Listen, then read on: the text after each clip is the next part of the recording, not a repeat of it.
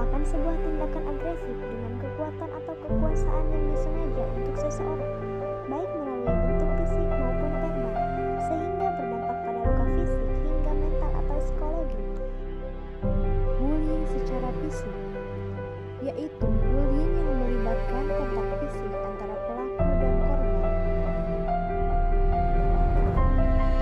Bullying secara verbal, yaitu bullying yang bertujuan menyakiti hati seseorang. Bullying secara sosial, yaitu bullying yang bertujuan menolak dan memutus relasi sosial korban dengan orang lain.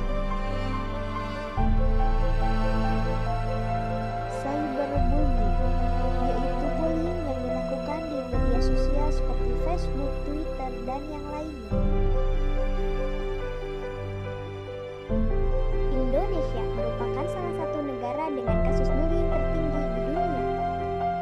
Laporan kekerasan dari Komisi Perlindungan Anak Indonesia pada tahun 2011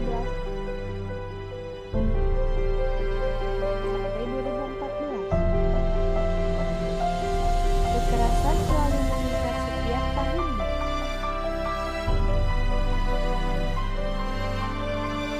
Bullying mengancam semua pihak yang terlibat, yaitu anak sebagai korban bullying, pelaku bullying, saksi atau yang menyaksikan bullying, bahkan isu bullying secara keseluruhan.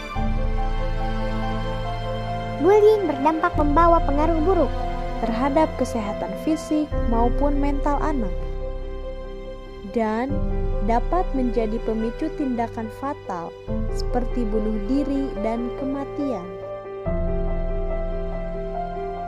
Bullying itu tidak baik.